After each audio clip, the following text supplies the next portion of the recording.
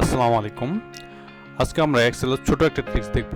সেটা হচ্ছে যে আমাদের ফার্স্ট নেম এবং লাস্ট নেম যদি পৃথক থাকে, তো এই দুইটাকে আমরা কিভাবে এক কলামে নিয়ে আসব। ঠিক আছে? তো ডিজিটাল অনুসারে কাজের ক্ষেত্রে এটা অনেক সময় আমাদের দরকার হয়। তো অবশ্যই এ বিষয়ে আমাদের ধারণাটা থাকাটা আবশ্যক। আচ্ছা, তবে চলুন আমরা দেখি। তো আমরা এই জন্য আমরা কি করতে পারি। ফার্স্ট নেম এবং লাস্ট নেম এই দুটাকে একত্রিত করার জন্য আমরা আসলে এখানে লাস্ট নেম এই দুটাকে একত্রিত করার জন্য আমরা একটা ফর্মুলা ইউজ করব। তো এই জন্য প্রথমে আমরা ইকুয়াল টু দিব, তাতে একটা সমান চিহ্ন দিব। তারপর আমরা যেটাকে একত্রিত করতে চাই, অর্থাৎ প্রথমে হচ্ছে সি কলাম, সি কলামের 2 নাম্বার রো। হ্যাঁ, আমরা এটাকে একত্রিত করতে যাচ্ছি।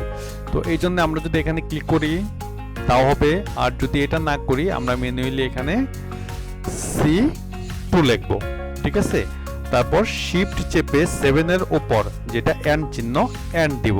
ঠিক আছে? দেন আমরা একটা ইনভার্টেড কমা স্টার্ট, ঠিক আছে, ইনভার্টেড কমা স্টার্ট, দেন একটা স্পেস দিব, তারপর ইনভার্টেড কমা ক্লোজ, দেন আবার আমরা এন্ড দিব। ঠিক আছে? এখন আমরা একত্রিত করতে চাচ্ছি কোনটা, C2 এন্ড D2। এখানে আমরা কি লিখব, D2।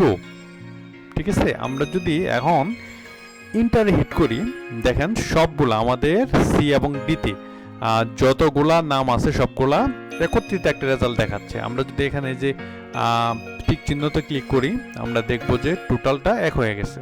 ঠিক আছে? সবগুলা আমাদের ফার্স্ট নেম এবং লাস্ট নেম একত্রিত হয়ে গেছে। আশা করছি আপনার বিষয়টা বুঝতে পারছেন। তো বাসায় বসে এটা প্র্যাকটিস করবেন। ভালো থাকবেন। আসসালামু আলাইকুম।